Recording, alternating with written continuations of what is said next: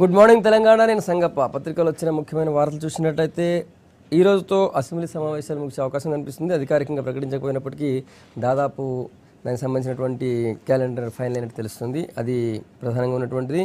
ఇక అసెంబ్లీలో మాకు మాట్లాడే అవకాశం ఇవ్వలేదని చెప్పి అన్ని ప్రతిపక్షాలు జిల్లా తిరుగుతున్నాయి. నిన్న మెదక్ జిల్లాకు బీజేపీ, టీడీపీ కలిసి రైతు దీక్ష పేరుతో మెదక్ జిల్లా గజ్వేల్లో మహాధరణ నిర్వహించాయి. ఆ తర్వాత మహబూబ్నగర్ జిల్లాలో కాంగ్రెస్ పార్టీ ధర్నా నిర్వహించింది. దానికి సంబంధించిన వార్త తీసుకున్న అన్ని పత్రికలు. తర్వాత నిన్న కేటీఆర్ వాటర్ గ్రిడ్కి సంబంధించి అసెంబ్లీలో మాట్లాడారు. అవి కేవలం పైప్ లైన్లు కావు, లైఫ్ లైన్లు, పూర్తిగా అందరికీ తాగునీరు అందించడమే మా లక్ష్యం చెప్పారు. అది కూడా ప్రధానంగా ఉన్నటువంటి విషయం. ఈ ఇష్యూస్పై చర్చించేందుకు స్టూడియోలో బీజేపీ నుంచి రామచంద్రరావు గారు, తర్వాత టీడీపీ నుంచి రజనీ కుమారి గారు, తర్వాత కాంగ్రెస్ నుంచి మల్లిరావు గారు మాట్లాడుతున్నారు. రవి గారు మీరు ఫోన్ ఆపేస్తే మనం చర్చలకు పోదాం. రైట్ రవి గారు, మీరు అసెంబ్లీలో మాకు మాట్లాడే అవకాశం ఇవ్వలేదని చెప్పి జిల్లాలు తిరుగుతున్నాయి అన్ని పార్టీలు, ఇంక్లూడింగ్ కాంగ్రెస్ పార్టీ. కానీ అసెంబ్లీలో చాలా ఇష్యూస్ ఉన్నా కూడా అన్నిటి మీద సమగ్రంగా చర్చించే అవకాశం కావాలని చెప్పి ఏదో ఒక రాజకీయం చేయడం కోసమే ప్రతిపక్షాలన్నీ ధర్నా చేస్తున్నాయి, గొడవ చేస్తున్నాయని చెప్పి పోచారం శ్రీనివాసరెడ్డి అన్నారు. సంగప్ప గారు, మీరు ప్రశ్న వేయటంలోనే కొంచెం కాంగ్రెస్ పార్టీ కానీ ఇతర ప్రతిపక్షాలన్నీ కూడా ఏదో తప్పు చేసినాయి అన్నట్టుగా. పోచారం శ్రీనివాసరెడ్డి గారు ఏమన్నారో మీకు చెప్పాను. అది చెప్పారా? పోచారం మీరు చేశారు, గవర్నమెంట్ టార్గెట్ చేస్తున్నారు బయట. ఓకే, లేదా ఎవరిని టార్గెట్ చేయటం లేదు. మేము చేసేది ఒక్కటే, ఆత్మహత్యలు చేసుకున్నటువంటి రైతుల గురించి అసెంబ్లీలో మాట్లాడితే దాని ద్వారా రైతులకి ప్రజలకి అర్థమయ్యే ఒక భరోసా వచ్చి ఆత్మహత్యలు ఆగిపోతాయని ప్రయత్నం చేశారు.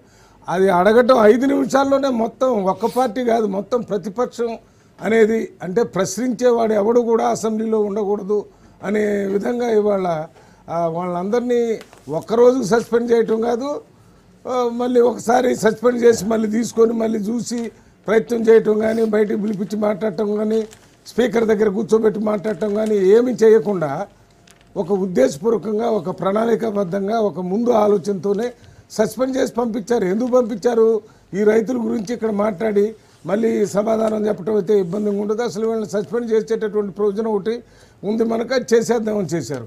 మరి అక్కడ అసెంబ్లీ ద్వారా ప్రజల దగ్గర పోయి చెప్పే అవకాశం పోయింది కాబట్టి ప్రజల క్షేత్రస్థాయికి పోయి ప్రజల దగ్గరే ఏం జరుగుతుందనే విషయాన్ని చెప్పాల్సిన బాధ్యత మన ప్రతిపక్షం మీద ఉంది. కాబట్టి ప్రతిపక్షాలు ఇవాళ మీటింగ్ పోతున్నాయి.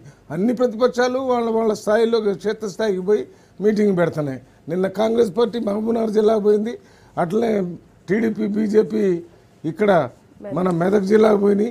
వేరే వాళ్ళంతా వేరే దగ్గర పోయి ఈ రైతుల ఆత్మహత్యల గురించి, ఈ ప్రభుత్వ తీరు గురించి, ఎందుకు సస్పెండ్ చేయాల్సి వచ్చింది, ఏం చేస్తున్నారు అనేది అని చెప్తున్నారు. ఇవాళ ప్రతిపక్షాన్ని సస్పెండ్ చేశారంటే, ప్రతిపక్షాల మీద దాడి చేశారంటే వ్యతిరేకంగా, ఇది వాళ్ళు రైతుల గురించి మాట్లాడతారని చేశారు. కాబట్టి ఇది రైతుల మీద దాడి లాంటిదే. రైతుల మీద ప్రేమ కానీ అభిమానం కానీ ఉన్నట్టయితే ఈ రకంగా చేసేవాళ్ళు కాదు. ఇది రైతు వ్యతిరేక ప్రభుత్వం కాబట్టి ఈ రకంగా చేశారు. ఇంకోటి, ఇవాళ ఇది జరిగిపోయింది, ప్రశ్నోత్తరాలు పెట్టుకున్నారు, మళ్ళీ ఇంకేదో బిల్లులు పెట్టుకున్నారు. అన్నీ ఎట్లుందంటే, ఒక క్లాసులో విద్యార్థి పరీక్ష రాస్తే ఆయనే పరీక్ష రాసి ఆయనే 100 మార్కులు వేసుకున్నట్టు. ఎక్కడైనా పరీక్ష రాసిన పిల్లలకి ఒక స్టూడెంట్, ఒక టీచర్ కానీ లేకపోతే హెడ్ మాస్టర్ కానీ ఆ పేపర్ దిద్ది దానికి వాల్యుయేషన్ చేస్తారు, దానికి ఎన్ని మార్కులు వస్తాయి. కానీ ఇది ఎక్కడ ప్రభుత్వం? ఇదేం ప్రజాస్వామ్యం? ఈ ప్రజాస్వామ్యం మీద దాడి, ఇది రైతుల మీద దాడి, ఇది రైతు వ్యతిరేక ప్రభుత్వం. రైట్ రజనీ గారు, టీడీపీ కానీ ఇతర పార్టీలు కానీ కేవలం రాజకీయాలు చేయడం కోసమే ఈ ధర్నా చేస్తున్నది అధికార పక్షం ఉంటుంది. ముఖ్యంగా రైతులకు సంబంధించి 2 రోజులు పూర్తి సమగ్రంగా చర్చ జరిగింది. ఇంకా చాలా అంశాలని అసెంబ్లీలో చర్చించాల్సినవి అవన్నీ వదిలేసి ఏదో ఒక పాయింట్ పెట్టుకొని రాజకీయం చేయడం కోసమే మీరంతా హంగామా చేస్తున్నారనేది వాళ్ళు అంటున్నారు. సమగ్ర చర్చ అంటే కేసీఆర్ గారు గంటల కొద్ది ఉపన్యాసం ఇస్తే అది విని కూర్చున్న ప్రతిపక్షాలు అయితే తప్పు అన్నట్టుగా మాట్లాడారు. కేసీఆర్ గారు ఎన్ని గంటలు మాట్లాడారు? అసలు వచ్చిన అంటే ఒక డిస్కషన్ జరిగితే ఒక రిజల్ట్ రావాలండి. ఏం రిజల్ట్ ఇచ్చారు ప్రభుత్వం నుండి? రైతుల ఆత్మహత్యల మీద వాళ్ళు తీసుకున్న నిర్ణయం ఏందో ఇంతవరకు ప్రకటించినటువంటి సందర్భం ఏముంది? ఇప్పుడు ప్రతిపక్షాలన్నీ దాదాపు కాంగ్రెస్, తెలుగుదేశం, బీజేపీ, కమ్యూనిస్టులు అందరూ కలిపి, అంటే ఎంఐఎం కూడా అడిగింది, కొన్ని సందర్భాల్లో అది బయటకు రాలేని పరిస్థితిలో ఉంది కాబట్టి రాలేకపోయింది. ఇక్కడ అందరూ కలిసి మాట్లాడింది ఏంది? రైతు ఆత్మహత్యల నివారణ కోసం ప్రభుత్వం చేపట్టాల్సినటువంటి అంశాలలో ప్రధానంగా రుణమాఫీ ఉంది. రుణమాఫీని ఏకకాలంలో మీరు కనుక రుణమాఫీ చేయగలిగితే డెఫినెట్గా ఆత్మహత్యల నివారణ కొంత ఉపయోగపడుతుందని చెప్పేసి ప్రతిపక్షాలన్నీ డిమాండ్ చేసినాయి. అది ఏకమొత్తంగా మీరు చేయలేని పరిస్థితులు ఈరోజు ఉందా రాష్ట్రం? మిగులు బడ్జెట్ ఉన్నటువంటి రాష్ట్రం తెలంగాణ రాష్ట్రం.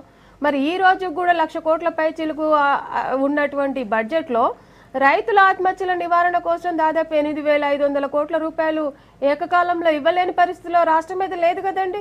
మరి ఆ పరిస్థితుల్లో ఈరోజు రైతు ఆత్మహత్యలు దాదాపు 1,400 మంది రైతులు, ఈ రోజు కూడా చూసాం 12 మంది రైతులు, పత్తి రైతులు, అటు వరి సాగు చేసినటువంటి రైతులు 12 మంది రైతులు ఈరోజు చనిపోయారు వివిధ జిల్లాలల్లో. మరి దీనికోసం మీరు నివారణ కోసం ఆలోచన చేయకుండా ఈరోజు అన్ని ప్రతిపక్షాలు ఎందుకు కలుస్తాయండి? ఒక కాంగ్రెస్ అన్నా డిఫర్ అవుతుంది, లేదా తెలుగుదేశం అన్నా డిఫర్ అవుతుంది, లేదా పాపం కేసీఆర్ బాగానే చేస్తున్నారు ఎందుకని ఇంకెవరన్నా ఆలోచిస్తారు. అందరూ కలిసి ఈరోజు మూకుమ్మడిగా ఒకటే ఆలోచన, రైతు ఆత్మహత్యల నివారణ కోసం అన్ని పార్టీలు కలిసి ప్రభుత్వాన్ని ఒత్తిడి తీసుకొస్తుంది. కనీసం 1,00,000 లోపు రుణం ఉన్న వాళ్ళకైనా మీరు మాఫీ చేయండి ఏకకాలంలో. దాన్ని కూడా చేయలేని పరిస్థితిలో ఉన్నారా? మీరు గొప్పలు చెప్పుకుంటున్నారు, ఈరోజు పారిశ్రామికవేత్తలు వస్తారు హైదరాబాద్కి, పెద్ద ఎత్తున తరలి వస్తున్నారు, A+ గ్రేడ్లో ఉన్నది మా రాష్ట్రం అని చెప్పుకుంటున్న మనము రైతు ఆత్మహత్యల నివారణ కోసం చేపట్టాల్సిన చిన్న చిన్న చర్యలు కూడా మీరు చేపట్టలేకపోవడంతో ఈరోజు అందరూ బాధపడుతున్నారు. అందుకే నిన్న మెదక్ జిల్లాలో తెలుగుదేశం బీజేపీ కలిసి పెద్ద ఎత్తున మహాధర్నా నిర్వహించడం. అన్ని వేల మంది ఎలా వస్తున్నారండి? గజ్వేల్ ప్రాంతం అండి, అది సీఎం గారి సొంత ఇలాకా, ఆయన ప్రాతినిధ్యం వహిస్తున్నటువంటి ప్రాంతంలో అన్ని వేల మంది రైతులు వచ్చేసి సంఘీభావం చెప్పి తెలుగుదేశం బీజేపీకి మద్దతు తెలిపారంటే నీ పరిపాలన ఏ విధంగా ఉందో నిన్న మహాధర్నా చూస్తే తెలుస్తుంది. అదే మాదిరిగా కాంగ్రెస్ పార్టీ వాళ్ళు కూడా మహబూబ్ నగర్లో నిన్న పెద్ద ఎత్తున వాళ్ళు బస్ యాత్ర నిర్వహిస్తే పెద్ద ఎత్తున స్పందన వచ్చింది. ఇవన్నిటికీ మీరు అద్దం పడుతున్నదా? ఇంకోటండి, ఈరోజు అసెంబ్లీ నడవాలండి. దేని మీద నడవాలండి? ఇప్పుడు దాదాపు 119 మంది సభ్యులు ఉన్నటువంటి అసెంబ్లీలో 119 నియోజకవర్గాలకు సంబంధించినటువంటి సమస్యలు చర్చించడానికి అక్కడికి వచ్చింది. నీ కోసమో నా కోసమో కాదు. ఈ సమస్యలన్నింటినీ కూడా చర్చించకుండా ఒకే ఇష్యూతో మీరు ఎందుకు అంత ఇది చేస్తున్నారు? దానికి సంబంధించి తాత్కాలికంగా ఏం తీసుకున్న పరిష్కారం కోసం, శాశ్వత పరిష్కారం కోసం ఏం నిర్ణయాలు తీసుకున్నా, ఏం ప్రయత్నం చేస్తున్నా అన్ని వివరించాము. అయినా ఇంకా చాలా ఇష్యూస్ ఉన్నాయి. దానికి సంబంధించి వ్యవసాయ రంగానికి సంబంధించి మిషన్ కాకతీయ కావచ్చు, లేకపోతే ప్రాజెక్టులకు సంబంధించి కావచ్చు, ప్రాజెక్టుల రీడిజైన్ ఇష్యూస్ కావచ్చు, అవన్నీ మాట్లాడనీయకుండా అడ్డుపడుతూ కావాలని చేశారని గవర్నమెంట్ అంటుంది. ఈ రోజు అన్ని నియోజకవర్గాల్లో, అన్ని జిల్లాలలో, 10 జిల్లాలలో దాదాపు ఒక హైదరాబాద్ తప్ప మిగతా అన్ని జిల్లాలలో ఉన్న ప్రధాన సమస్య రైతు ఆత్మహత్యల సమస్య, రైతులకి ఇబ్బందులు పడుతున్నటువంటి సమస్య. దాన్ని ప్రధాన ఎజెండాగా 119 మంది ఉన్నటువంటి ఈ అసెంబ్లీలో, అందరూ ప్రాతినిధ్యం వహిస్తున్నటువంటి అసెంబ్లీలో మీరు కేవలం వీళ్ళని హైజాక్ చేసి వీళ్ళని పక్కకు తప్పించేసి మేమే నడిపించుకుంటామని నిన్న కేటీఆర్ గంటల కొద్ది ఉపన్యాసం చెప్తే ఎవడు వినాలండి? అది ప్రతిపక్షాలు లేకుండా ప్రజల వైపు నుండి నిగదీసి అవకాశాన్ని ఇవ్వకుండా మీరు గొంతు నొక్కేసి బయటికి పంపించేసి మీదే ఒక నియంత రాజ్యం లాగా మీరు చేస్తుంటే రైతులు చూడట్లేరా? ప్రజలు గమనించట్లేరా? రంజనా గారు, ఈ రోజుతో అసెంబ్లీ సమావేశాలు ముగుస్తున్నాయి. ముగిస్తే ఏంది, ముగిపోతే ఏంది అనేటువంటి ఆలోచన ప్రభుత్వానికి ఉన్నట్టు అనిపిస్తుంది. అది ఉన్నట్లా లేనట్లా అసలు వాస్తవానికి. అంటే ఇప్పుడు అసెంబ్లీ వరకు చూస్తే ఆ రోజు మా ప్రతిపక్ష పార్టీలు లేస్తూ సమయంలోనే అర్జున్ అని అనేసారు. అనేసి ఎందుకైందో అర్జున్ ఎవరు తెలియదు. అది 5 minutes 7 అసలు అందరూ కూడా బిక్కిరిపోయారు. ఏంది ఇది, ఇంకా ప్రారంభం కాకముందనే అంటే అపోజిషన్ పార్టీస్ గొడవ చేస్తారు అని చెప్పేసి మాకు సమాచారం అందింది కాబట్టి మేము అర్జున్ చేస్తున్నాం అనే మాట చెప్పేశారు. నెక్స్ట్ డే అయిపోయి వచ్చే వరకు వాళ్ళు లోపలికి వచ్చిన తర్వాత ఇప్పుడు ఒక పాయింట్ ఆఫ్ ఒక ఇష్యూ ఏంటంటే, ఏకకాలంలో మీరు రైతు రుణాలు మీరు మాఫీ చేస్తే ఈ ఆత్మహత్యలు కొద్దిగా ఆగేటట్టు అవకాశాలు ఉంటాయని చెప్పి అపోజిషన్ డిమాండ్ చేసింది. అన్ని రాజకీయ పార్టీలు డిమాండ్ చేసినాయి. ఆ డిమాండ్ చేసే సమయంలో నిజంగా కూడా హౌస్ ఆర్డర్ లేదంటే, ఇంతకుముందు రవి గారు చెప్పినట్టు స్పీకర్ గారు పిలిపించి పక్కకు మాట్లాడి మళ్ళీ ఇప్పుడు మొన్న పార్లమెంటు గొడవ అయింది. పార్లమెంట్ గొడవ అయినప్పుడు మొత్తం పార్లమెంట్ కాలం నడిచింది, పిలిపించారు, మళ్ళీ లాస్ట్ డిస్కషన్ చేశారు. సేమ్ ఆ విధంగా ఈ యొక్క ప్రొసీజర్ ప్రకారము ఓ 4 సార్లు పిలిచి అటెండ్ చేసినదా, సస్పెండ్ చేసినదా, మళ్ళీ మొత్తం సస్పెండ్ ఎంటైర్ సెషన్ కోసం చేశారు.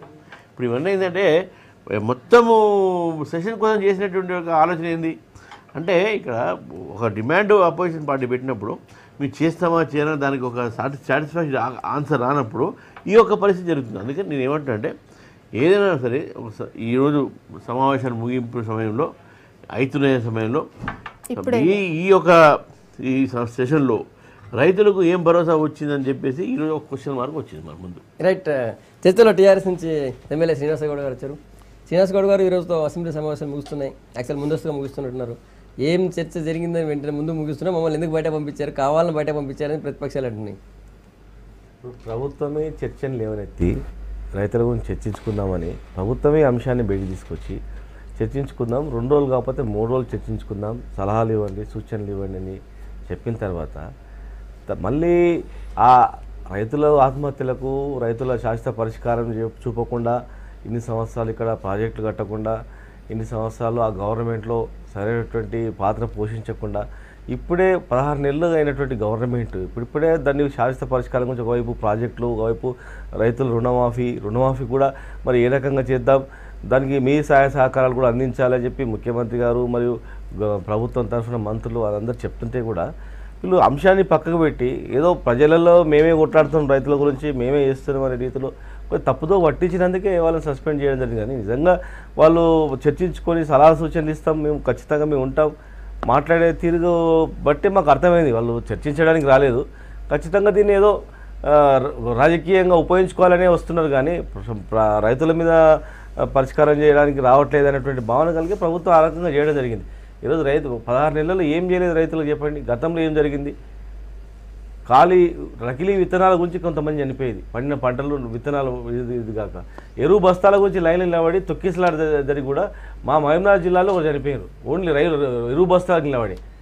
అలాంటి పరిస్థితి నుంచి ఈరోజు మనం చెరువులు తవ్వుకున్నాం, రైతుల గురించి చెరువులు నీళ్ళు నిల్వడించడానికి వర్షాలు పడలేదు, దురదృష్టవశాత్తు కొన్ని జిల్లాలో వర్షాలు పడలేదు.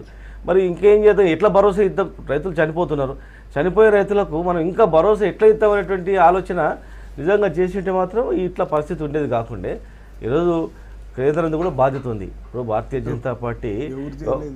జనతా పార్టీ నుంచి ఈరోజు వాళ్ళందరూ మాట్లాడుతున్నప్పుడు నరేంద్ర మోడీ గారు ఇతర దేశాలకు వెళ్తున్నారు, దాదాపు 35-40 దేశాలకు పోయిండు. మరి అక్కడ ఒకవేళ ఈ తెలంగాణలో ఇట్లా రైతులు ఆత్మహత్య చేసుకుంటున్నారు, ఇక్కడ కరెంట్ లేదు అని మాట్లాడితే వారు ఏం మాట్లాడతారు, ఏం పరిష్కారం చేస్తున్నారు, వాళ్ళకి ఏం సహాయం చేసినట్టు ఏం చెప్తారు వాళ్ళు సమాధానం? నాకు తెలియదు, ఆడ కేసీఆర్ చూసుకుంటాడని చెప్తారా, లేకపోతే దేశం తరఫున మాట్లాడాల్సిన పరిస్థితి ఉంటుంది కదా, చెప్పాల్సిన బాధ్యత వాళ్ళకు ఉంటుంది కదా. అన్నప్పుడు వాళ్ళది కూడా బాధ్యత కదా రైతులను ఆదుకోవడానికి. మేమేం అడిగినాం, 8,000 కోట్లు అప్పు అడిగినాం. అడిగారా? పోదాం, వెళ్దాము, మనం అందరం కూడా వెళ్దాము, మనం అడుగుదాము. ఆల్రెడీ కేంద్రాన్ని ఇప్పుడు కేంద్రం దగ్గర ఆల్రెడీ ఉన్నాయి, సమగ్ర రైతు బీమా పథకం కింద వాళ్లకు వర్తింపజేయాలి. మండల యూనిట్ కాదు, రైతు యూనిట్ పంపించడం జరిగింది.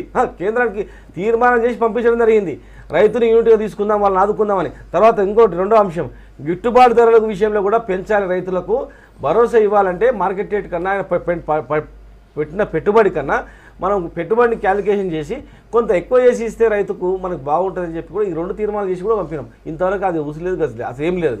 అయితే అయినా పక్కల బీహార్కు 1,20,000 కోట్లు ఇచ్చిండ్రు, ఆంధ్రప్రదేశ్కు ఎంతో అంత ఇస్తున్నారు. మనం 8,000 కోట్లు అప్పు అడుగుదాము, దానికి వాళ్ళు సమాధానం చెప్పాల్సి పోయి నాకేం బాధ్యత లేదు, కేసీఆర్ బాధ్యత ఏంటంటే కేసీఆర్ గారు ఎంత బాధ్యత ఉంటుందో ప్రధానమంత్రి కూడా అంత బాధ్యత ఉంటుంది. దీనికి దేశానికి ప్రధానమంత్రి అయినా ఆయనకు అంత బాధ్యత ఉంటుంది, ఈయనకు అంత బాధ్యత ఉంటుంది. కేంద్రంలో 2 పార్టీలు కయ్యము, ఇక్కడ బియ్యం అంటే ఎట్లయితే చెప్పండి. పక్కాగా శ్రీనివాస్ గౌడ్ గారు మీ దగ్గర తీసుకొచ్చారు. ఏమైందంటే ప్రతిదానికి అక్కడెక్కడో చంద్రబాబు నాయుడు మీ అందరూ కలిసి కూడా పక్క రాష్ట్రం చేస్తున్నారు అనేది చాలా పొరపాటైన ఆలోచన, అది వాదన కూడా. ఇది అర్థం లేని వాదన. ఇప్పుడు రైతుల ఒక సమస్య పట్ల భారతీయ జనతా పార్టీ కానీ ఏ పార్టీ కానీ మీరు ఆర్గ్యుమెంట్ చేస్తున్నది, గత 60 సంవత్సరాలు మీరు పరిపాలించారు, అప్పుడు రైతు ఆత్మహత్య జరగలేదా, పక్క రాష్ట్రాలు జరగట్లేదా? ఇది వాదన కాదు. ఇప్పుడు ఏమైంది, కేంద్రం సాయం చేయట్లేదు, దానికి వస్తున్నాను.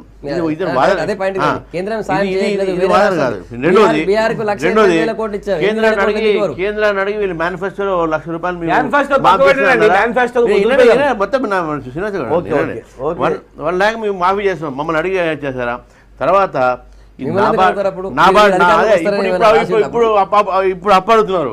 ఇప్పుడు అప్పడుతున్నప్పుడు మీరు ఎప్పుడు ఏవైతే డ్రాట్ మండలాలు ఉన్నాయో ఆ డ్రాట్ మండలాలకు సంబంధించినటువంటి ఒక లిస్టు కూడా ఇంతవరకు కేంద్రానికి పంపించింది లేదు. దానికి కేంద్రం నుంచి సహకారం కావాలంటే ఎట్లా? మీరు సహకారం అడిగినప్పుడు నిరాకరిస్తే అప్పుడు వేరే మాట. మీరు ప్రపోజల్ పంపించిన మాట ఎప్పుడు పంపించారు? ఇప్పుడు నరేంద్ర మోదీ గారు అనౌన్స్ చేశారు ఏంది, క్రాప్ ఇన్సూరెన్స్ మేము తప్పకుండా చేస్తామని చెప్పేసి. స్వామినాథన్ కమిషన్ ప్రకారము ఏదైతే మార్కెట్ సపోర్ట్ ప్రైస్ ఉందో దాని మీద గత ప్రభుత్వాలు కానీ ఇప్పుడు కానీ దాని మీద చర్చ జరుగుతుంది. అది ఒక స్టేట్లో సెంటర్ తీసుకున్న డిసిషన్ కాదు. రకరకాలైనటువంటి సర్కమ్స్టాన్సెస్లో అన్ని ఒక రాష్ట్రాలు తీసుకొని ఆ ఒక మార్కెట్ సపోర్ట్ ప్రైస్కు కేంద్రం నిర్ణయం తీసుకోవడం మాట వాస్తవమే. కానీ అది ఇప్పుడే కదా తీసుకోవడం కాదు. ఇంకోటి ఏంటంటే ఇక్కడ విషయం ఏంటంటే ఎరువుల విషయంలో కానీ ఏ విషయంలోనూ కానీ కేంద్ర ప్రభుత్వము రాష్ట్ర ప్రభుత్వానికి మీరు సహకారం అడిగితే నిరాకరించినటువంటి ఒక సంఘటన ఎక్కడ లేదు. మీరు వీఆర్ డూయింగ్ ఇట్. మీరు అడగండి. ఈరోజు మీరు మన ప్రపోజల్ పంపించారు క్రాప్ ఇన్సూరెన్స్ స్కీము. ఈ national crop insurance scheme first project of the agriculture. మీరు అన్నారు కదా Swaminathan committee all India level వర్తిస్తుంది, మేము ఆపినాం. సరే ఓకే, ఆపడం కాదు, మీరు చర్చిస్తున్నాం.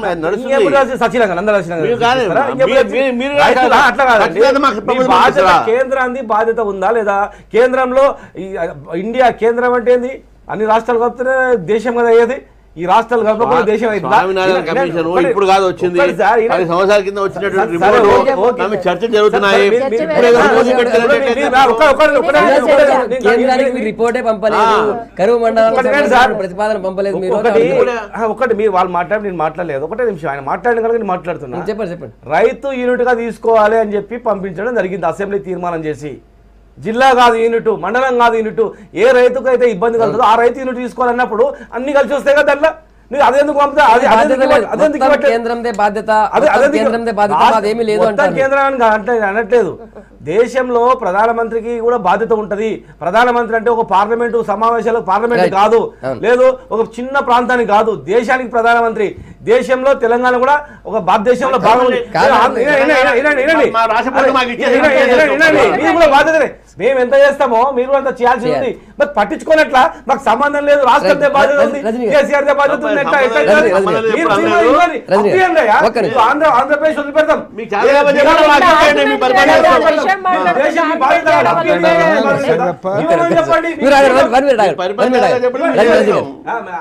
ఆయన కూడా పరిపాలన చెప్పండి. మా కేసీఆర్ ప్రధానమంత్రి చెప్పండి. లేదు, రైతుల గురించి మాట్లాడండి మీరు. దేశం నుంచి ఇది అంటే చర్చ వేరే దగ్గరికి వెళ్తుంది. అసలు మనము ప్రస్తావిస్తుంది. ఇప్పుడు శ్రీనివాస్ గౌడ్ గారు రాగానే ఒక మాట అన్నారు, ఆంధ్రప్రదేశ్కి నిధులు ఇస్తున్నారు, బీహార్కి నిధులు ఇస్తున్నారు అని చెప్పి మాట్లాడుతున్నారు. మన దగ్గర ఎంత మిగులు బడ్జెట్తో రాష్ట్రం విడిపోయింది, ఎన్ని వేల కోట్ల మిగులు బడ్జెట్తో మనం ఉన్నాము. మీరు ఎన్ని వేల కోట్ల రూపాయలు ఇప్పటి వరకు రైతు రుణమాఫీ చేశారు. పక్క రాష్ట్రం ఎన్ని వేల కోట్ల రూపాయల రుణమాఫీ చేసింది. దానికి ఏమైనా కేంద్రం ఆదుకుందా? మీరెందుకు ఇక్కడ కేంద్రం ప్రస్తావన చేస్తున్నారు? మీరు కన్స్ట్రక్టివ్గా ఇప్పటి వరకు ఎన్ని కరువు మండలాలు ఉన్నాయి, ఎంత వర్షపాతం తక్కువ వచ్చిన జిల్లాలు ఉన్నాయి, ఎంత ప్రాంతంలో రైతుల ఆత్మహత్యలు ఎక్కువగా జరుగుతున్నదని ఒక కన్స్ట్రక్టివ్గా మీరు తీసుకున్నారు. అసలు దాని కేంద్రానికి అసెంబ్లీలో నిన్న పెట్టాల్సి ఉండే, మరి ఎందుకు పెట్టలేదు మీరు? అన్ని ప్రతిపక్షాలు ఉన్నప్పుడు అన్నిటినీ కూడా ఇదే బీజేపీ మీద మీరు ఒత్తిడి తీసుకురావాలంటే అన్నిటిని కలిపి తీసుకెళ్ళి అక్కడ మాట్లాడాల్సిన అవసరం ఉంది. కరువు మండలాలు మీరు ఎందుకు డిక్లేర్ చేయట్లేదు? 2 పర్యాలు ఇప్పటికీ మనకి రావాల్సినటువంటి డ్రాట్ ఫండ్స్ రావట్లేదు. డ్రాట్ ఫండ్స్ వల్ల ఎంత ఉపయోగం ఉంటుందో శ్రీనివాసరెడ్డి గారికి తెలుసు, నాకు తెలుసు. మరి అది ఎందుకు మనం ఉపయోగించుకోలేకపోతున్నాం తెలంగాణ ప్రభుత్వం? ఇంకోటి, పక్క ప్రభుత్వాలకి వాళ్ళేమి ఉదారంగా వేల కోట్ల రూపాయలు ఇచ్చేసి పక్క రాష్ట్రాల్లో ఏదో చేస్తున్నారు అనేది కూడా కాదు. ఈ రోజు వాళ్ళు డ్వాక్రా రుణమాఫీ కూడా చేసుకుంటున్నారు. ఎందుకు చేసుకుంటున్నారో, ఎట్లా చేసుకుంటున్నారో మనం ఎందుకు చేసుకోవట్లేదు? అది గురించి ఆలోచించకుండా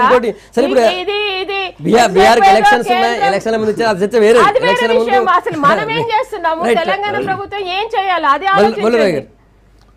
ఇవాళ ప్రభుత్వాలు 2 రకాలు ఉన్నాయి. ఇది ఫెడరల్ గవర్నమెంట్ అంటే భారత ప్రభుత్వం, రాష్ట్ర ప్రభుత్వం. రాష్ట్ర ప్రభుత్వం ప్రాథమికంగా ఒక సమస్యని ఇప్పుడు ఎదుర్కొంటుంది. ఆ సమస్యల గురించి ఇక్కడ ప్రభుత్వం ద్వారా కేంద్ర ప్రభుత్వానికి విన్నవించాలి. అదే రకంగా ప్రతిపక్షాలన్నీ తీసుకొని పోయి కూడా వాళ్ళ మీద ఒత్తిడి తీసుకునే వాళ్ళని నిధులు తేవాలి. అది రెండో సమస్య. అసలు ప్రాథమిక సమస్య ఏంటంటే ఇవాళ అధికారంలో ఉన్నటువంటి టీఆర్ఎస్ పార్టీ ఎన్నికల ముందు ఒక అత్యంత ప్రాథమిక ముఖ్యమైనటువంటి ఒక వాగ్దానం చేసి అధికారంలోకి వచ్చారు. వచ్చిన తర్వాత కేబినెట్ మీటింగ్లో పెట్టి వాళ్ళు వచ్చి బయటికి చెప్పారు 17,000 కోట్ల రూపాయల అప్పులు మేము మాఫీ చేస్తున్నామని చెప్పారు. దాని మీద ఆ టైంలో ప్రతిపక్షాలు ఏమీ ఉద్యమం చేయలేదు, అసెంబ్లీలో అడ్డు రాలేదు, దాన్ని స్వాగతించినాయి.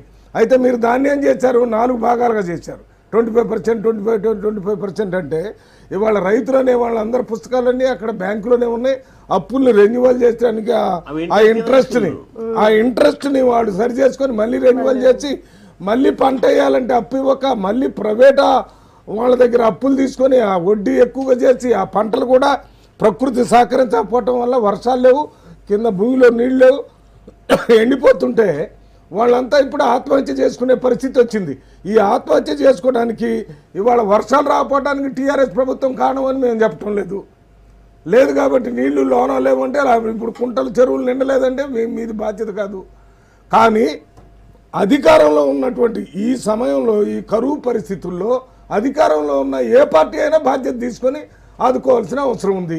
మీరు మొదటిసారి ఇచ్చారు, రెండోసారి ఇచ్చారు. అప్పుడు మరి కాంగ్రెస్ పార్టీ కానీ ఇతర పార్టీలు కానీ అసెంబ్లీలో అరిసి బయటికి పోలేదు, ధ్యానం పోలేదు. ఇప్పుడు జరుగుతున్న పరిస్థితిని చూస్తే మీరు అప్పుల వల్లనే చనిపోతున్నారు. మేజర్ కారణం రైతులు చనిపోయేది అప్పులు ఉండటం వల్ల. అది ప్రైవేట్ అప్పు కానీ బ్యాంక్ అప్పు కానీ. మన చేతిలో ఉన్నది మీరు చెప్పినటువంటిది ఒకేసారి అప్పును తీర్చాలనే దాని మీద మాట్లాడాం. మనకి ఊళ్ళల్లో ఇంట్లో ఎవడైనా చనిపోయే పరిస్థితి సరిపోతే అది పోయిన తర్వాత మళ్ళీ ఇంకో శుభకార్యం పెట్టుకుంటారు. దాన్ని పూర్తి చేయకుండా అది అక్కడనే పెట్టి ఇంకోటి ఏదో పెళ్లి చేస్తాను లేకపోతే ఇంకోటి బర్త్డే చేస్తాను అంటే కుదరదు కదా. అందువల్లనే ఎదురు తిరిగి ఇవాళ అన్ని ప్రతిపక్షాలు మాట్లాడితే ఒక్క 5 నిమిషాల్లోనే మాట్లాడటం, దాన్ని ప్రభుత్వం చెప్పేది వినకుండా చేయటం, వాళ్ళకు మళ్ళీ ఫ్లోర్ లీడర్స్కి అవకాశం ఇవ్వటం, ఒక్కొక్కరికి ఒక్కొక్కసారి మాట్లాడటం, దాని తర్వాత సస్పెండ్ చేస్తే కూడా ఆ రోజుకు చేయటం, అయినా ఇంకా లొల్లి జరుగుతుందంటే చేస్తారు. కానీ మొత్తం ఒక్కసారి మేమంతా ఫ్రీగా ఉండాలా, మమ్మల్ని ఎవరు ప్రశ్నించకూడదు, రైతులకు భరోసా విషయాన్ని మర్చిపోయి చేయటం మంచిది కాదు. రైతులు ఆత్మహత్య చేసుకుంటున్నారు అప్పుల బాధతో, అది ఓకే. కానీ ఏ ఒక్క మాట్లాడుతుంటే మాట్లాడకుండా మమ్మల్ని సస్పెండ్ చేశారు అంటే వాళ్ళ ఉద్దేశమే వేరు ఉన్నప్పుడు రైతు అసలు వ్యవసాయమే దాన్ని కాల్చి చంపిన వాళ్ళు, ఈ తెలంగాణ నాశనం కావడానికి కారకులైన వాళ్ళు, వాళ్ళ మాటలేని అందరు కలిసి మూకుమ్మడిగా దాడి చేద్దామంటే ఎట్లా ఉంటుంది? ఎట్లా వీళ్ళు వెళ్ళి ప్లాన్ చేసుకొని వస్తుందని తెలిసే వాళ్ళ దగ్గర నుంచే మాకు సమాచారం వస్తుంది ఏం జరుగుతుంది దాని ప్రకారం. ఏది రోజు గంట వరకు చేయాలి, కొట్లాడాలి, సభను అడగకుండా చేయాలి, బయటికి పోవాలి, తలా ఒక సైడ్ పోయి యాత్రలు చేయాలి, జనంలో తీసుకురావాలి. అటువంటి ప్లాన్ చేసిన తర్వాత సమయం ఎందుకు వృధా చేయాలి? ఇన్నేళ్ళు అప్పుడు అట్లే చేసారు. ఆంధ్రప్రదేశ్ ఉన్నప్పుడు కూడా ఈ ప్రాంతానికి అన్యాయం జరుగుతుంటే గట్టి ఎవరు మాట్లాడలేదు. ఇప్పుడు చేద్దామనుకుంటే అడ్డు జరుగుతుందనే ఉద్దేశంతోనే ప్రభుత్వం చర్య తీసుకున్నది. మల్లారావు గారు ఒకటి మాట్లాడారు. ఏ ఒక్క రైతు దగ్గరన్నా బ్యాంకులు పోయి అప్పు ఇస్తావా లేదా, నీవు అప్పు ఇవ్వకపోతే నీ భూమిని మేము ఇది చేసుకుంటాం, లేకపోతే వడ్డీ కట్టాలి అని చెప్పి భయపెట్టిన సంఘటనలు ఎక్కడైనా ఉన్నాయా? మేము వినండి, మాకు కూడా తెలుసు, మేము కూడా మాట్లాడగలుగుతాము. ఏ ఒక్క రైతు దగ్గర కూడా పోలేదు ఎవరు కూడా. గవర్నమెంటే బాధ్యత వహిస్తుంది. గతంలో కొంతమంది స్టార్టింగ్లో వడ్డీ కూడా తీసుకోవడం జరిగింది. వడ్డీ కూడా వాపస్ చేయాలని చెప్పి మొన్న రివ్యూ మీటింగ్ పెట్టించి వీడియో కాన్ఫరెన్స్ పెట్టించి అందరూ చెప్పినాం. తీసుకున్న వడ్డీ కూడా ఇమ్మీడియట్గా రైతులకి చెల్లించాలి, రైతుల ఆ వడ్డీ కూడా ప్రభుత్వమే చెల్లిస్తుందని చెప్పడం జరిగింది. 50% ఆల్రెడీ గవర్నమెంట్ ద్వారా అప్పు రుణాలు మొత్తం తీర్చడం జరిగింది. రిమైనింగ్ 50% కూడా ఆలోచన చేస్తుంది ప్రభుత్వం. ఒకేసారి ఇస్తే ఎట్లుంటుంది, మరి ఏంది కేంద్రం కూడా సాయం చేస్తే బాగుంటుంది, చేయకపోతే కూడా మా వల్ల కాదని చేయడానికి కూడా ఆలోచన చేస్తుంది. కానీ రైతు చనిపోయేది కేవలం బ్యాంకు రుణాల నుంచి చనిపోవట్లేదు, ప్రైవేట్ అప్పులు ఉన్నాయి, రకరకాల బాధలు ఉన్నాయి. పండిన పంట కూడా గిట్టుబాటు ధర లేదు. ఇంకా మనం పక్క రాష్ట్రం గురించి వదిలిపెడదాం. పక్క రాష్ట్రం మన కేంద్రం కూడా బాధ్యత ఉంది, భారతీయ జనతా పార్టీ కూడా బాధ్యత ఉంది. అక్కడ కూడా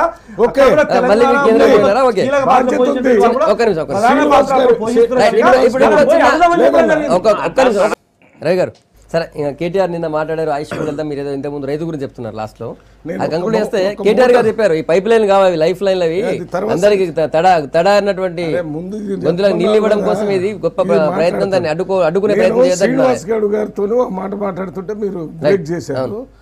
ఏంటంటే శ్రీనివాస్ గౌడ్ అనే ఆయన ఏదో ఒకసారిగా సడన్ గా ఎవరు దొరక్క తీసుకొస్తే ఎమ్మెల్యే అయినటువంటి వ్యక్తి కాదు. ఆయన కూడా ఒక యూనియన్ లీడర్గా తెలంగాణ కోసం పోరాటం, ఓ ఉద్యోగం అవన్నీ ఉన్నా కూడా ఏమైనా పర్లేదని పోరాటం చేసినప్పుడు అప్పుడున్నటువంటి ప్రభుత్వాలు కూడా వీళ్ళ జోలికి పోతే అక్కడ ప్రజలంతా వినయ ఆయన కదా చెప్పింది. ఇప్పుడు ఉద్యమం చేస్తే మరి ఇప్పుడు అరిస్తేనే సస్పెండ్ చేస్తే ఆ రోజు అరిసినప్పుడు ఏం చేయలేదు. నెంబర్ 1. నెంబర్ 2, ఆ రోజు టీఆర్ఎస్లో ఉన్న వాళ్ళు ఉన్న సంఖ్య తక్కువ ఉన్నా కూడా ఎంతమంది ప్రభుత్వంలో మన ప్రోగ్రామ్స్ జరగకుండా చేశారు, అసెంబ్లీ జరగకుండా చేశారు, ఏం చేశారు? అప్పటికిప్పుడు తేడా ఏంటి? ఇప్పుడు కూడా ప్రజాస్వామ్యమే, అప్పుడు కూడా ప్రజాస్వామ్యమే. అప్పుడు పోరాటం వల్లనే ఏదైనా మనం సమస్యలు పరిష్కారం చేసుకునేటటువంటి ఒక ప్రజాస్వామ్య వ్యవస్థ ఉంది ఇక్కడ. ఇవాళ మేము రైతులు ఇప్పుడు ప్రాధాన్యత క్రమంలో ఏ సమస్య ఇవాళ తెలంగాణ రాష్ట్రంలో ఇబ్బంది ఉంది. అన్ని సమస్యల కంటే ముందు రోజుకు 7-8 నుంచి 10-12 దాకా రైతులు ఆత్మహత్యలు చేసుకొని చనిపోతున్నారు. కాబట్టి ప్రాధాన్యత క్రమంలో నెంబర్ వన్ అది టీఆర్ఎస్కి, మనకి, అన్ని పార్టీలకు కూడా. అందువల్ల దాన్ని పరిష్కారం చేసుకోవడానికి మేము 2 రోజులు మాట్లాడాము, 12 గంటలు మాట్లాడాము. ఇంకా చర్చ ఉందంటే సమస్య పరిష్కారానికి భరోసా ఇవ్వనటువంటి మీరు 2 రోజుల్లో ప్రతిపక్షాలే 11 గంటలు మాట్లాడే సమగ్రంగా ఆన్సర్ ఇస్తుంది. మాట చెప్తున్నానయ్యా, మాట్లాడేటప్పుడు ఆ సమస్యకి ఆకలయ్యే వాడికి ఒక్క ముద్ద కారం ముద్దనే ఆగుతాడు. ఇప్పుడు డిమాండ్ అదే, దాని మీదనే కదా బయటకు వచ్చింది. అప్పుల వల్లనే చనిపోతున్నారు. రుణమాఫీ చేయాలి మిగతా 50%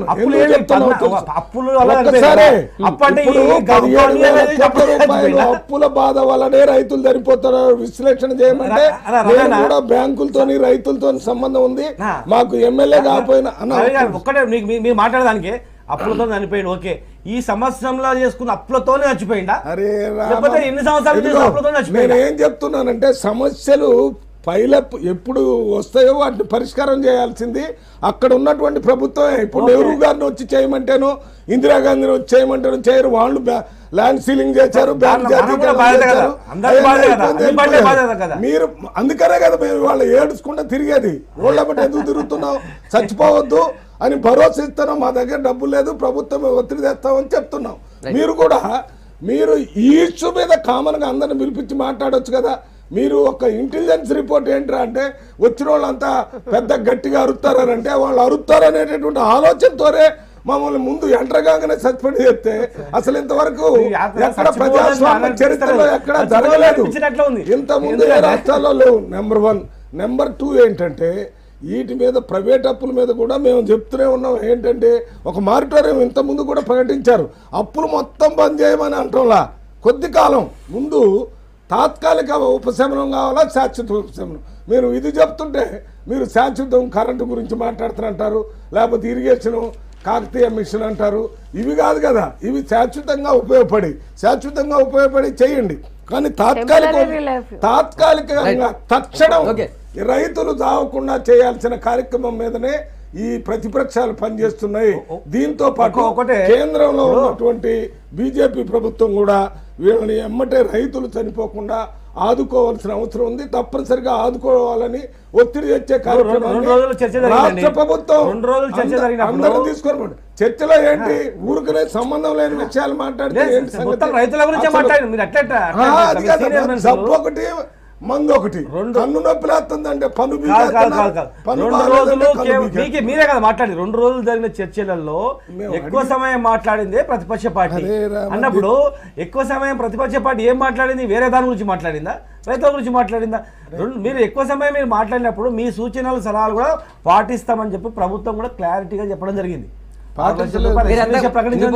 మీరు బయట చెప్పిన 5 లక్షల మొత్తం జూన్ 2 నుంచి 6 లక్షలు కూడా జూన్ 2 నుంచి ఇచ్చారు. 5 లక్షలు కాదు 6 లక్షలు ఇస్తున్నారు. దాని మీద వ్యతిరేకించలేదు అనేది మీరు గమనించాలి. హౌస్ లోనే అవకాశం ఇవ్వకుండా వాళ్ళు చెప్పారు కదయ్యా, వాళ్ళు ఇవ్వటం కాదు, అంత ముందు నుంచి అడుగుతున్నారు. ఒకటి చచ్చిపోయిన కుటుంబాలకి ఆదుకున్న దాని మీద వ్యతిరేకం చేయలేదు. వేరే రుణమాఫీ మీదనే ఇంకా చచ్చిపోతున్నారు అంటున్నాం. అది కూడా ఎప్పుడు చేసేది టైం చెప్పండి. ప్రైవేట్ లోన్ మీద మానిటోరియం కూడా అడిగారు. ఈ రుణమాఫీ ఏ కాలం? ఈ రెండు డిమాండ్ డేట్ చెప్పారండి.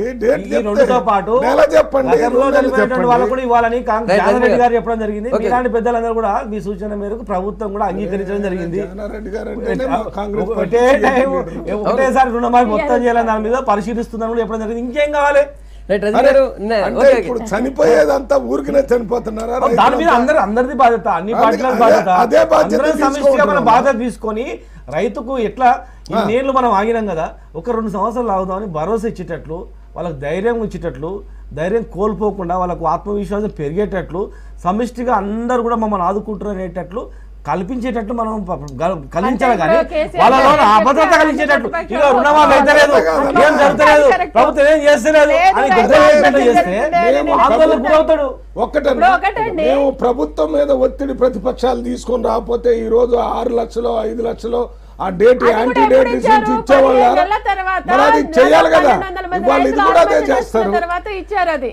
అదేమో నిజంగా మీరు ముందే ఇచ్చుంటే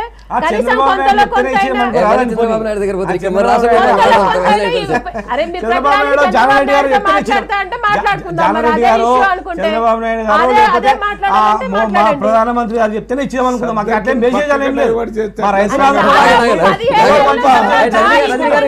ఆత్మహత్యలు చేసుకున్న తర్వాత ఇప్పుడు ఇచ్చి అది కూడా గవర్నమెంట్ నిర్ణయం తీసుకోకపోతే 10వ తేదీ నాడు బంద్ కాలుస్తామంటే ప్రతిపక్షాలు చూద్దాం మరి 2-3 రోజుల్లో గవర్నమెంట్ ఏం నిర్ణయం తీసుకుంటుందో. ఒకటి ఇంకో నిన్న కేటీఆర్ వాటర్ గ్రిడ్ గురించి మాట్లాడారు. వాటర్ గ్రిడ్ గురించి చాలా చర్చ జరుగుతుంది. చాలా ప్రతిష్టాత్మకంగా తీసుకున్న ప్రాజెక్ట్. అవి కేవలం పైప్ లైన్ అనుకుంటున్నారు అందరూ, అవి లైఫ్ లైన్లు అవి అని చెప్పి కేటీఆర్ అన్నారు. ఓకే, వీళ్ళు తీసుకుంటున్నటువంటి రెండిట్లో ప్రధానమైన మిషన్ కాకతీయలో ఉన్నటువంటిది అదొకటి, ఇది వాటర్ గ్రిడ్. రెండు కూడా వీళ్ళు ప్రధానంగా ఇప్పుడు శాశ్వత పరిష్కారాల కోసం, తాగునీటి కోసం, అవసరాల కోసం మేము తీసుకుంటున్నామని చెప్పి మాట్లాడుతున్నారు. నిన్న కేటీఆర్ కూడా అనర్గళంగా సభలో మాట్లాడినటువంటి సందర్భం.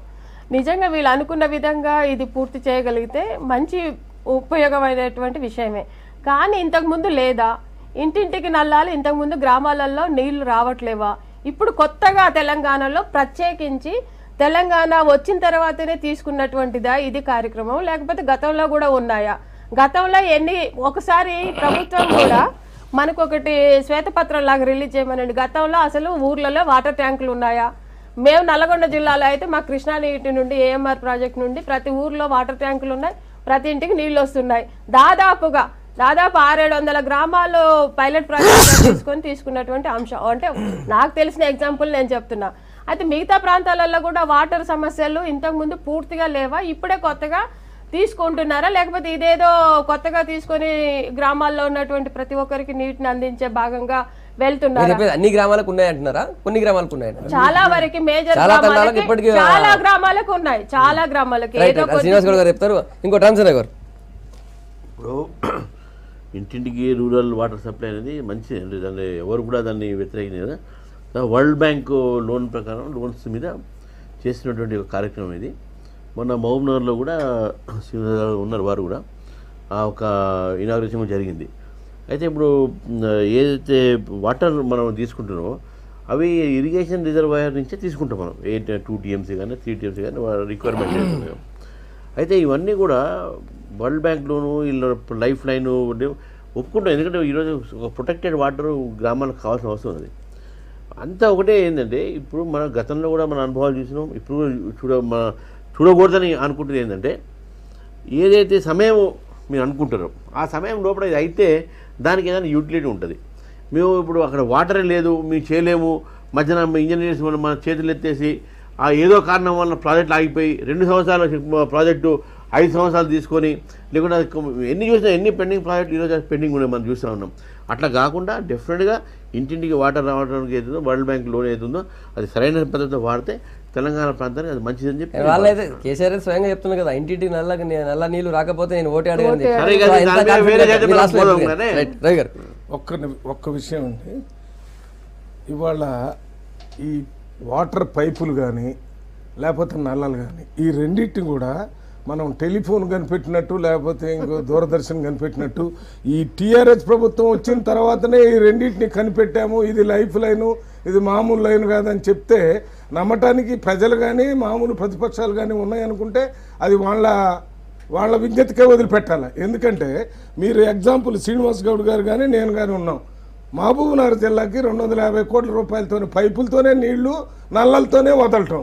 అదే రకంగా జడ్చెల్లలో 55 కోట్ల రూపాయలతో మేము ఒక ప్రాజెక్టు కూడా అదే కృష్ణానది నుంచి తీసుకొచ్చి ఇచ్చాం. దానికి కూడా పైపుల ద్వారానే తెచ్చాం, దానికి కూడా నల్లల ద్వారానే ఇచ్చేది.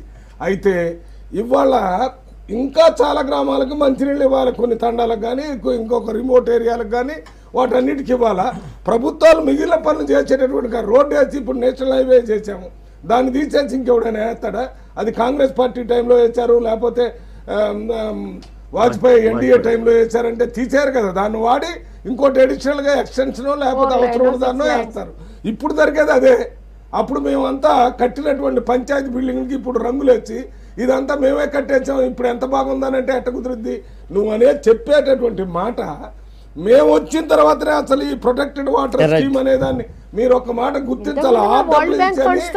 రూరల్ వాటర్ సప్లై అనేటటువంటి ఒక స్కీముని తయారు చేసి దానికోసమే ఒక ప్రత్యేక మినిస్ట్రీని ఏర్పాటు చేసి దానికి బడ్జెట్ సపరేట్ చేసి పనిచేశారు. మీరు చేయాలా? మీరు కూడా మంచినీళ్ళు ఇవ్వాలా? ఎవరు వద్దన్నారు? మంచినీళ్ళు ఇచ్చే దాని మీద వెల్కమ్ చేస్తాము. మా ప్రభుత్వము కొత్తగా మేమే లైన్లు వేస్తున్నాం, మేమే ఆపుతున్నాం అనేది అనట్లేదు. ఇప్పుడు చెప్తున్నారు అంటే మీరు చేసిండ్రు కొంతవరకు మీరు చేయగలిగినరేమో. మొత్తం ఇప్పుడు ఈ రోజు చేస్తున్నటువంటి ఈ వాటర్ గ్రిడ్ అనేది ప్రతి గ్రామానికి ప్రతి ఇంటికి కూడా నీళ్లు నల్ల వచ్చేటట్లు, అది ప్యూరిఫైడ్ వాటర్ వచ్చేటట్లు చేద్దాం అనేది ప్రభుత్వం. మీరు చేసిండొచ్చు, ఏ నాయకుడు గట్టిగా ఉంటే ఆ నాయకుడి దగ్గర కొన్ని పనులు జరిగిండొచ్చు. ఈరోజు దేశంలోనే అత్యధికంగా ఫ్లోరైడ్ ఉన్నటువంటి జిల్లా నల్గొండ జిల్లా. నల్గొండ జిల్లాలో ప్రతి గ్రామంలో ప్రొటెక్టెడ్ వాటర్ ఉంది అంటే సంతోషమే, ఉండొచ్చు. అంత ప్రొటెక్టెడ్ వాటర్ ఉంది అక్కడ ఉంటే వద్దని చెప్పండి. ఆ నల్గొండ జిల్లా నుంచి మాకు వాటర్ వద్దు, ఈ వాటర్ గిట్ వద్దు మాకు నల్గొండ జిల్లాలో ఓన్లీ ఆల్రెడీ ఉంది అంటే మిగిలిపోతే డబ్బులు. రవి గారు ఇప్పుడు ఇంకొకటి మహబూబ్నగర్ జిల్లా వారి నియోజకవర్గమే జడ్చర్ల నియోజకవర్గంలో పైప్ లైన్ వేసిరు వారు, కానీ తాండాలకు నీళ్ళు ఇవ్వలే. వారు కూడా ధర్నా చేసిండు, వారు కూడా కొట్లాడిండు. తాండాలకించి పైప్ లైన్ పోయినాయి కానీ తాండాలకించి పైప్ లైన్ పోయినాయి కానీ రాలేదు. మళ్ళీ కొట్లాడిన తర్వాత వచ్చింది. ఇప్పుడు నువ్వు అధికారంలో ఉన్నావు, నీకు ఒక మాట ఇప్పుడు దీని ద్వారా చెప్తాను. 13 కోట్ల రూపాయలు అప్పుడు కోట్లాడికి వచ్చినాయి, అవి ఇప్పుడు ప్రభుత్వం దగ్గర పెండింగ్ ఉన్నాయి. అవి తాండాలు అవి వాటి రిలీజ్ చేసి డబ్బు వచ్చి HCRWs దగ్గర ఉంది.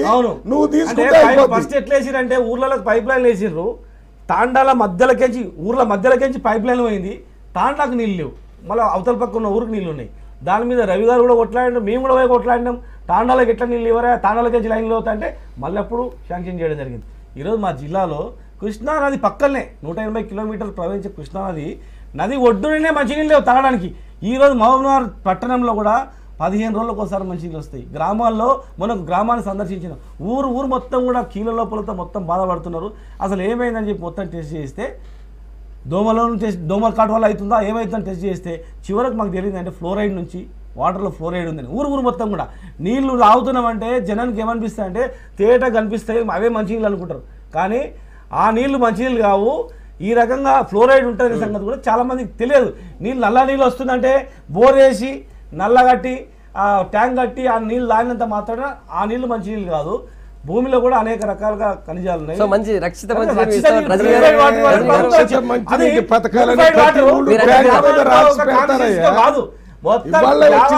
జిల్లాలకి అది లేదనే కదా ఇప్పుడు మీరు చెప్తూ రజనీ గారు అన్నటువంటి రజనీ గారు ఏమన్నారు, మా జిల్లాలో ఎప్పుడో ఉన్నారు, మీ జిల్లాలో తాగే నీళ్ళు లేకనే మంచినీళ్ళు లేకనే కదా.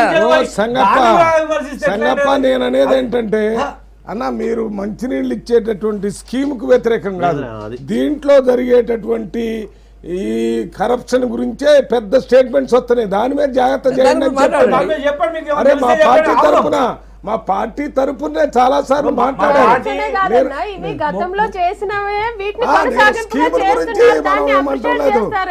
రక్షిత మంచినీటి పథకాలనే పేరు చేపట్టలేదా ప్రాజెక్టులు? ఏఎంఆర్ ప్రాజెక్టు ద్వారా ఎన్ని గ్రామాలు కాంగ్రెస్ ప్రభుత్వం తెలుగుదేశం ప్రభుత్వం ఏం చేయలేదా? ఇప్పుడు మీరు కొనసాగింపుగా ఎక్కడైతే లేనటువంటి ఏరియాలలో మీరు చేస్తున్నారు, దాన్ని ఎవరైనా స్వాగతిస్తాం, మేమేం వద్దనట్లేము. మీరు అంటున్నట్లుగా చేస్తే మేము కాదన్నాం. ఇన్ టైంలో మళ్ళీ చెప్తున్నాము, ఇన్ టైంలో మీరు కనుక చేస్తే మళ్ళీ మీరు 4 సంవత్సరాల తర్వాత మళ్ళీ వస్తాము. ఇప్పుడు చాలా ప్రాజెక్టులు, దాదాపు 8 ప్రాజెక్టులు కొంత మీరు 1200 కోట్ల రూపాయలు వెచ్చిస్తే పూర్తయ్యే పరిస్థితిలో ఉన్నాయి. వాటి మీద మీరు దృష్టి పెట్టట్లేరు. ఇది కూడా అట్లా అవుతుందేమో, ఇది కూడా అట్లా అవుతుందేమో అని చెప్పేసి మేము బాధపడుతున్నాం తప్ప వేరే ఏం లేదు. మా గవర్నమెంట్ ముఖ్యమంత్రి ఒకటి ప్రకటించారు, మేము వాటర్ సప్లై స్కీమ్ కంప్లీట్ చేయకపోతే అసలు ఎలక్షన్లు నిలబడమని చెప్పి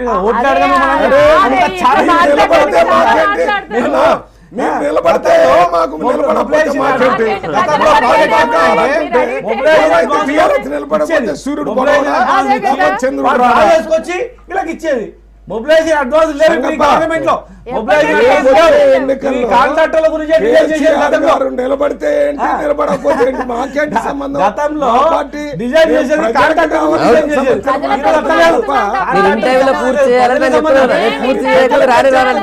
ఇవాళ ప్రజలు అందరూ కూడా ఒక పక్కన రైతులు చచ్చిపోతున్నారు, ఒకడు పోరాటం చేస్తున్నారు. థ్యాంక్ యూ రవి గారు, రజనీ గారు, రామచంద్ర గారు, శ్రీనివాస్ గౌడ్ గారు, గుడ్ మార్నింగ్ తెలంగాణ చెప్పిన అభిప్రాయాలు చెప్పినందుకు. రేపు మార్నింగ్ మళ్ళీ టైం కలుద్దాం. Stay tune.